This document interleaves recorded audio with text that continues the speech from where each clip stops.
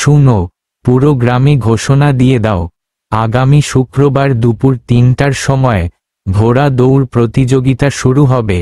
গ্রামের সবাই যেন উপস্থিত থাকে। যাও, সবাইকে জানিয়ে দাও।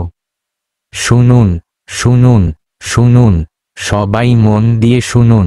আগামী শুক্রবার দুপুর ৩টা হতে জমিদার মাঠে বিশাল এক ঘোড়া দৌড় প্রতিযোগিতা হবে। জমিদারের আদেশ, সবাই ঘোড়া দৌড় প্রতিযোগিতা দেখার জন্য জমিদার মাঠে উপস্থিত হবেন।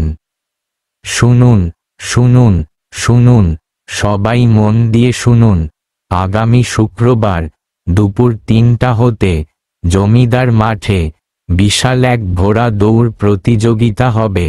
জমিদারের আদেশ, সবাই ঘোড়া দৌড় প্রতিযোগিতা দেখার জন্য জমিদার মাঠে উপস্থিত হবেন।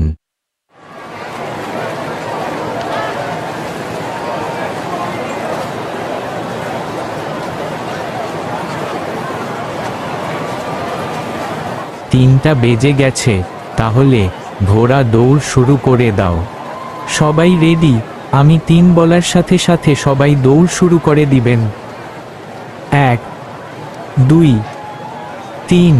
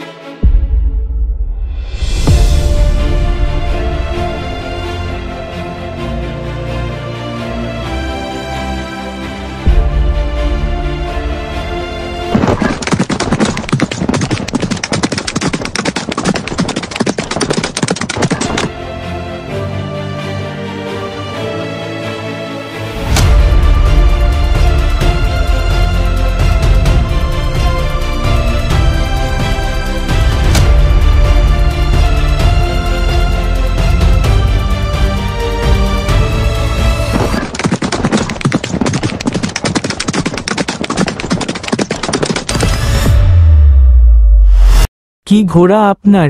একটুও দৌড়ায়নি, সারাদিন শুধু হাঁটছে আর প্রতিটা বাড়ি বাড়ি গিয়ে দাঁড়িয়ে থাকে। এটা কি ঘোড়া না গাধা? ও, এই কথা। শোনো তাহলে।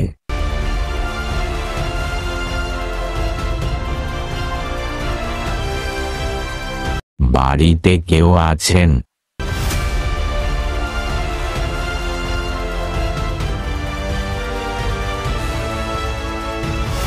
আমাকে কিছু ভিক্ষে দেন।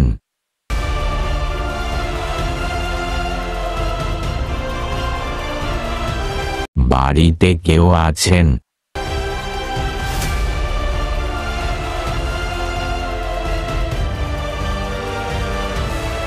আমাকে কিছু ভিক্ষে দেন।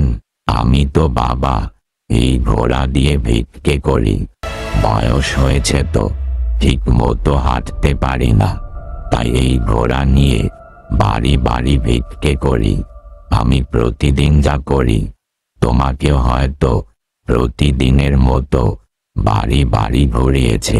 এটা তো ঘোড়ার দোষ না বাবা।